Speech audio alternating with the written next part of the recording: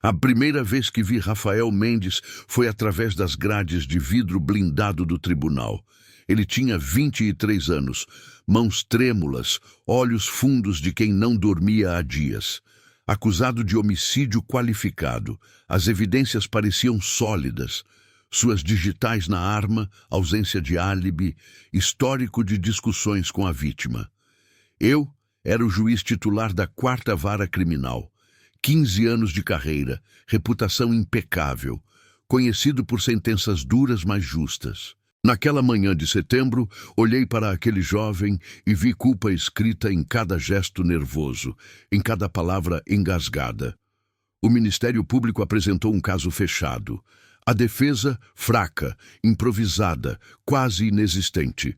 3 dias de julgamento, 48 horas de deliberação. Minha sentença, 30 anos de reclusão em regime fechado. Quando bati o martelo, Rafael me olhou nos olhos. Não havia raiva. Havia algo pior. Uma tristeza profunda, resignada, como se ele soubesse que ninguém jamais acreditaria na verdade. Ele não gritou inocência. Apenas baixou a cabeça e foi levado. 2 anos depois, Rafael Mendes morreu na prisão. Pneumonia, segundo o laudo oficial. Mas eu descobri depois, foi espancado por outros detentos que o acusaram de ser informante. Morreu sozinho, na enfermaria, aos 25 anos. E eu? Continuei julgando. Continuei batendo martelos. Continuei acreditando que fazia justiça. Se essa história está te tocando, comenta aqui embaixo de onde você está assistindo e que horas são aí. Mas justiça eu descobriria anos mais tarde. Não é sempre o que parece, e alguns erros não podem ser apagados, nem mesmo pela morte. Aposentei-me aos 62 anos, 35 anos de magistratura, centenas de sentenças. Algumas me tiravam o sono, mas aprendi a conviver com as dúvidas. Faz parte do ofício, diziam meus colegas. Ninguém é perfeito. O sistema é humano. Erramos, mas acertamos mais. Essas frases me consolavam durante o dia. À noite, porém, certos rostos voltavam. Rafael Mendes era um deles. Mudei-me para um apartamento silencioso no centro da cidade. Minha esposa havia falecido 3 anos antes. Meus filhos moravam longe. Eu tinha tempo. Tempo demais. Comecei a reler processos antigos, uma espécie de revisão obsessiva da própria vida. Foi numa dessas noites que encontrei a pasta do caso Rafael Mendes. Abri devagar, como quem teme despertar algo adormecido. Reli os autos, as provas, os depoimentos, e pela primeira vez, com a calma da aposentadoria e a distância dos anos, percebi as fissuras. A perícia balística tinha inconsistências.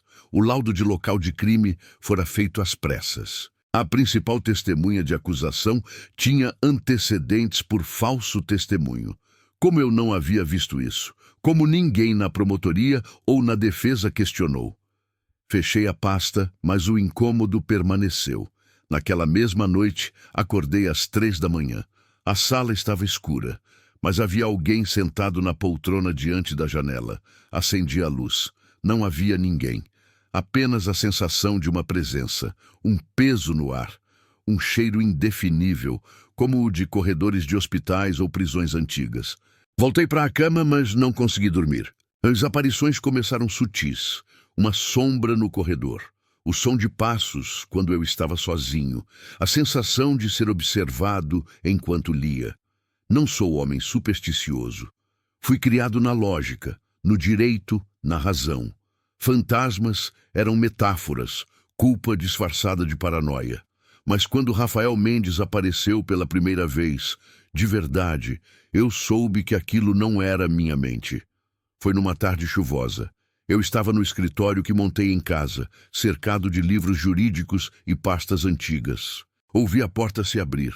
Levantei os olhos. Ele estava ali, de pé, no vão da porta, magro, pálido, usando a mesma roupa que vestia no dia da sentença. Uma camisa branca surrada, calça jeans desbotada. Mas havia algo errado. Ele não projetava sombra. A luz passava através dele, suavemente, como através de um véu. Meu coração disparou. Tentei falar, mas a voz não saiu. Ele me olhou com aqueles mesmos olhos tristes, fundos, cheios de resignação, e falou. A voz era rouca, distante, como vinda de um lugar muito fundo. Doutor, eu não matei ninguém. Engoli seco. Minhas mãos tremiam. Você está morto. Ele assentiu devagar. Eu sei. Morri condenado por algo que não fiz, mas não vim para cobrar. Vim porque o senhor precisa saber. Saber o quê? Minha voz saiu em um sussurro rouco. A verdade. E para dizer que eu perdoo o senhor. Ele desapareceu tão rápido quanto surgiu. Fiquei ali, sozinho, tremendo. Aquilo era real, ou eu estava perdendo a razão. Passei dias evitando o escritório, mas a presença de Rafael se tornava mais constante. Ele não me assustava. Pelo contrário, havia uma calma estranha em sua manifestação, como se ele tivesse esperado anos para aquele momento. Uma noite, finalmente reuni coragem. Sentei-me no escritório e falei para o vazio. Se você está aqui, me mostre a verdade. O ar ficou denso. A temperatura caiu. E então, como se uma película invisível rasgasse diante de mim, comecei a ver. Não eram palavras, eram imagens, memórias. Eu via através dos olhos de Rafael, a noite do crime. Ele estava em casa, sozinho, assistindo televisão. Tocaram a campainha.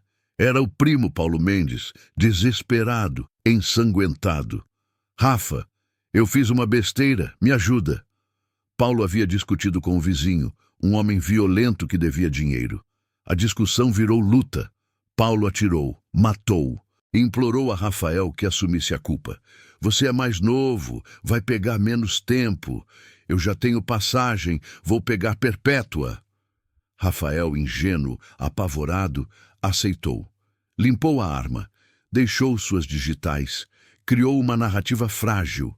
Acreditou que a verdade apareceria no julgamento, mas não apareceu. Paulo desapareceu logo depois. E Rafael, sozinho, sem advogado competente, sem testemunhas, foi condenado. Por mim, quando a visão terminou, eu estava de joelhos, chorando. Rafael estava ao meu lado, transparente, sereno. Por que você não contou isso no julgamento? Perguntei desesperado. Eu contei, doutor, mas ninguém acreditou. Nem o promotor, nem a defesa, nem o senhor. Eu era pobre, negro, sem família influente. Minha palavra não valia nada. Ele tinha razão. Eu me lembrava agora.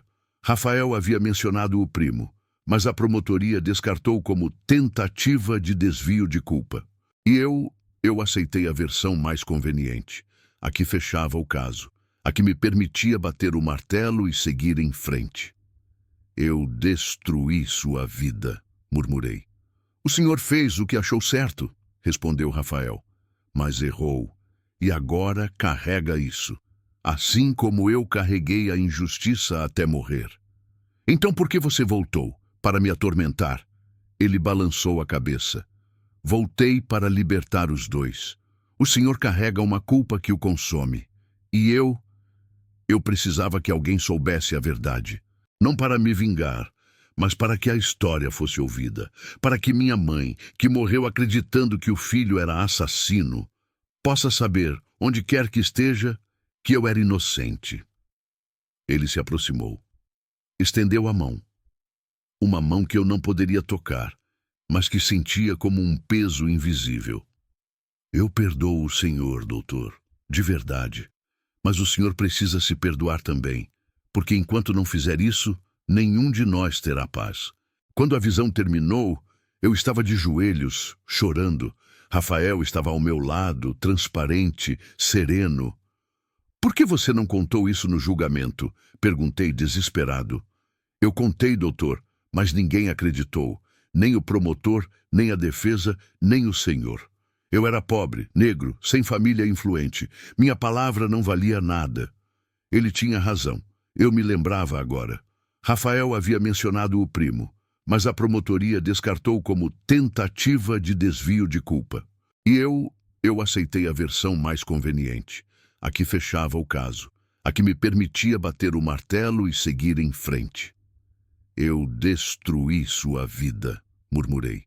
O senhor fez o que achou certo, respondeu Rafael, mas errou, e agora carrega isso, assim como eu carreguei a injustiça até morrer. Então por que você voltou? Para me atormentar? Ele balançou a cabeça. Voltei para libertar os dois. O senhor carrega uma culpa que o consome. E eu precisava que alguém soubesse a verdade. Não para me vingar, mas para que a história fosse ouvida. Para que minha mãe, que morreu acreditando que o filho era assassino, possa saber, onde quer que esteja, que eu era inocente. Ele se aproximou. Estendeu a mão. Uma mão que eu não poderia tocar, mas que sentia como um peso invisível. Eu perdoo o senhor, doutor, de verdade. Mas o senhor precisa se perdoar também, porque enquanto não fizer isso, nenhum de nós terá paz. Após aquela noite, algo mudou em mim. Eu não podia mais ignorar. Procurei o advogado de Rafael, que ainda estava vivo, agora com 80 anos. Ele se lembrava vagamente do caso. Foi um dos piores da minha carreira, admitiu. Eu sabia que tinha algo errado, mas não tinha recursos para investigar. Era advogado dativo, recebia uma miséria. Fiz o que pude. Pedi os contatos da família de Rafael. Sua mãe havia falecido, como ele dissera. Mas encontrei uma tia, Dona Cláudia, que morava num bairro periférico. Visitei-a. Ela me recebeu com desconfiança. O senhor é o juiz que condenou meu sobrinho. Sou, e vim porque acredito que cometi um erro. Ela me olhou com uma mistura de raiva e tristeza. Erro. O senhor destruiu aquele menino. Ele morreu se achando um fracasso. Morreu sozinho, espancado, longe de casa. E o senhor vem falar de erro? Abaixei a cabeça. Eu sei. E não há nada que eu possa fazer para compensar. Mas preciso saber, onde está Paulo Mendes? Ela suspirou. Paulo sumiu logo depois do julgamento. Nunca mais ninguém viu. Dizem que foi para o norte. Algumas pessoas acham que ele morreu também. Mas ninguém procurou. Ninguém se importou. Passei semanas investigando por conta própria. Contratei um detetive particular. Encontramos Paulo. Ele estava vivo, morando em Manaus, usando o nome falso. Confrontado, ele confessou. Gravei tudo. Levei a confissão de Paulo ao Ministério Público. Pedi a revisão do caso. Houve resistência. O réu está morto, doutor. Que diferença faz agora? Faz diferença para a verdade, respondi, e para a memória dele. Depois de meses de pressão, o caso foi reaberto postumamente. Rafael Mendes foi inocentado. A sentença anulada. Seu nome limpo. Mas ele continuava morto. Organizei uma cerimônia simbólica no cemitério onde estava enterrado. Dona Cláudia foi. O velho advogado também. Pedi desculpas publicamente. Li a sentença de absolvição sobre o túmulo e chorei. Chorei por Rafael, por todos os Rafaéis que julguei sem olhar além das aparências, por cada erro que cometi acreditando que fazia justiça.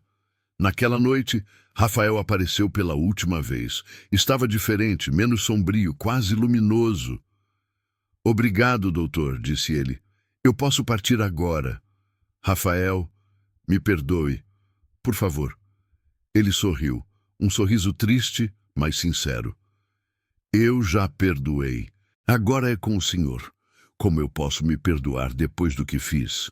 Contando essa história para que outros juízes, outros promotores, outras pessoas que têm poder de decidir sobre vidas, lembrem que todos somos humanos e que errar é possível, mas buscar a verdade sempre é obrigatório. Ele começou a desvanecer. Até um dia, doutor. Até um dia, Rafael. Depois daquilo, dediquei minha aposentadoria a revisar casos antigos. Encontrei outros erros, não tantos quanto temia, mas suficientes para me atormentar. Comecei a dar palestras em faculdades de direito.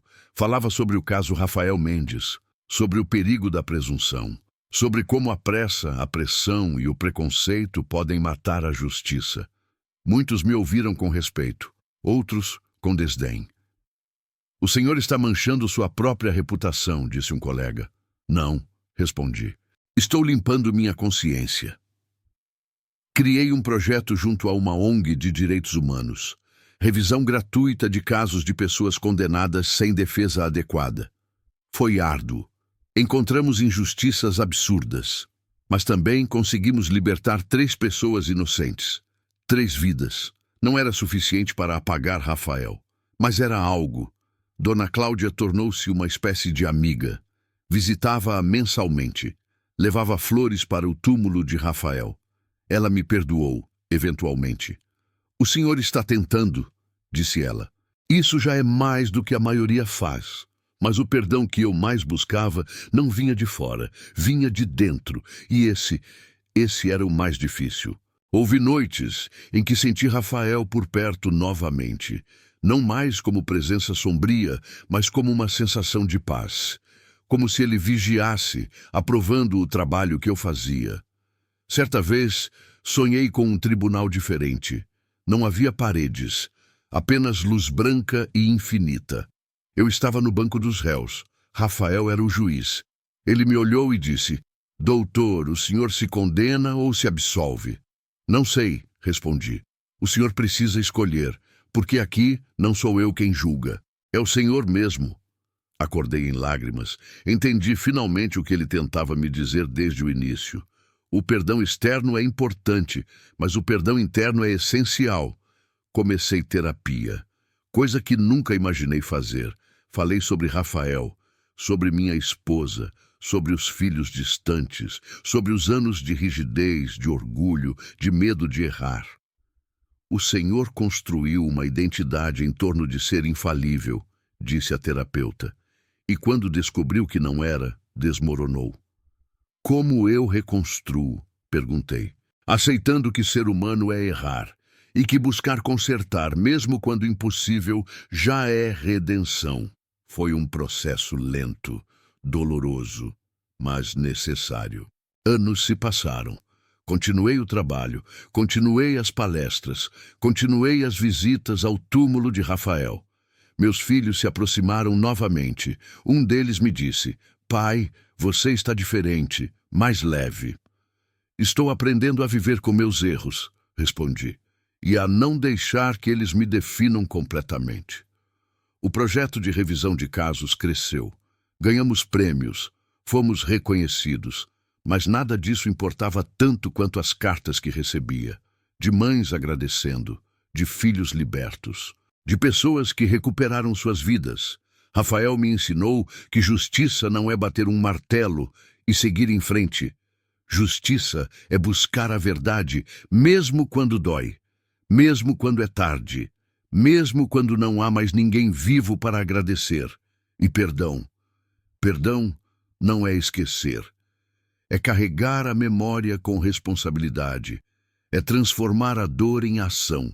É aceitar que não podemos voltar atrás, mas podemos, sempre, escolher o próximo passo. Hoje, aos 74 anos, olho para trás e vejo uma vida imperfeita. Vejo erros que nunca poderei consertar completamente, mas vejo também esforço. Vejo mudança. Vejo Rafael não mais como a sombra de um erro, mas como o guia de uma redenção.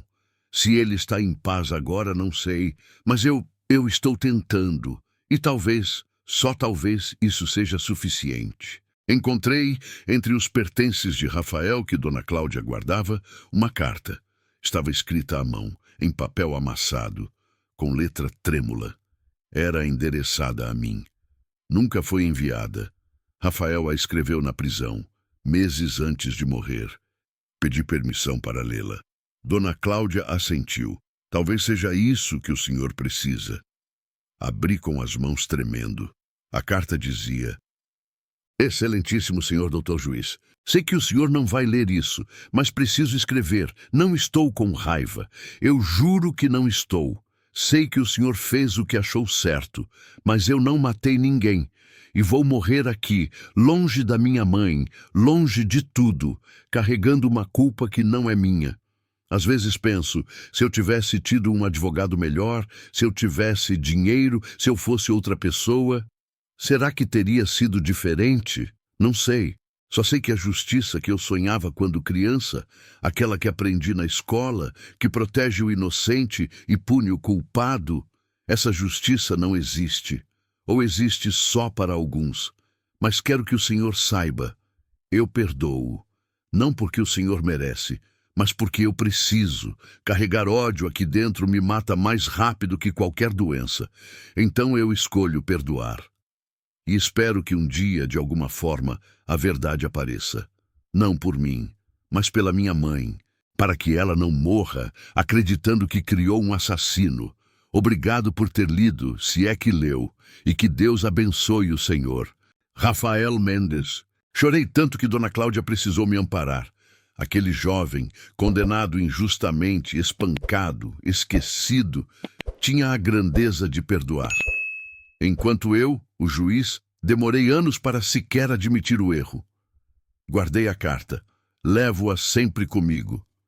É meu lembrete diário de humildade, de responsabilidade, de que o poder de julgar é também o poder de destruir. E que se precisamos ter esse poder, devemos usá-lo com todo o cuidado do mundo. Hoje, sentado neste escritório silencioso, com as pastas antigas ao redor, eu finalmente entendo. Rafael não voltou para me assombrar, voltou para me libertar, porque enquanto eu carregasse a culpa como um fardo intransponível, eu estaria preso. Preso ao passado, preso ao erro, incapaz de seguir. Ele me deu o perdão que eu não conseguia dar a mim mesmo, e ao fazer isso, me ensinou a maior lição que um juiz pode aprender, que todos nós, absolutamente todos, estamos sujeitos ao julgamento final. Não o dos tribunais, não o das leis, mas o da própria consciência. E nesse tribunal invisível não há advogados, não há júri, apenas a verdade nua. E a pergunta: você fez o melhor que pôde? Você buscou a verdade? Você se importou? Eu errei com Rafael, mas depois tentei acertar. Não para apagar o erro, isso é impossível, mas para honrar sua memória, para que sua morte injusta e solitária tivesse algum significado. E talvez, só talvez, ele esteja agora em algum lugar, sabendo que sua história não foi esquecida, que sua inocência foi reconhecida, e que ele, mesmo sem querer, mudou a vida de um velho juiz arrogante. Obrigado, Rafael, por tudo, especialmente pelo perdão, que eu, finalmente, aprendi a aceitar.